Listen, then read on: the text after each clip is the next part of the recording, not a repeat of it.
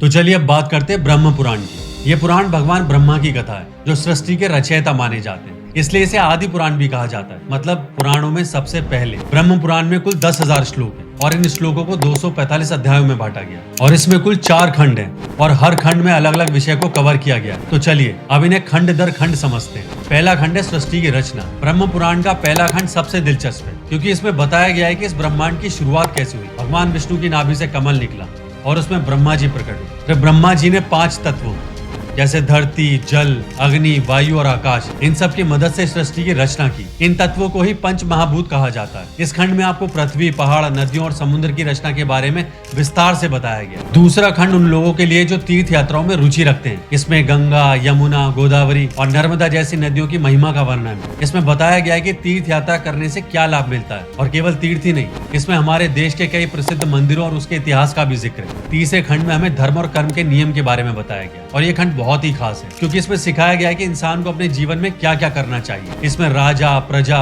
और परिवार के कर्तव्यों के बारे में बताया गया। जैसे कि राजा का कर्तव्य क्या है, उसका कर्तव्य अपनी प्रजा की देखभाल करना, और एक इंसान का कर्तव्य क्या है, उसे अपने परिवार और समाज के प्रति जिम्मेदारी निभानी चाहिए। चौथे खंड में भगवान शिव और देवी पार्वती की कथा है। आप जानते हैं कि भगवान शिव को संहारक कहा जाता है, लेकिन इस खंड में उनकी ऐसी कहानियां मिलेंगी जो ये सिखाती है कि विनाश के बाद हमेशा नई शुरुआत होती है। और इसमें देवी पार्वती की कहानियां भी बेहद प्रेरणादायक है। इसमें उनकी तपस्या, उनका बलिदान और उनकी शक्ति का वर्णन है। तो ये था ब्रह्म पुराण। और दोस्तों अगली वीडियो में हम बात करेंगे पद्म पुराण की। दोस्तों अगर आपको मेरी ये सीरीज पसंद आ रही है तो प्लीज मेरे चैनल को सब्सक्राइब कीजिए ताकि आप कोई भी वीडियो मिस ना करें। तो मिलते हैं अगली वीडियो में।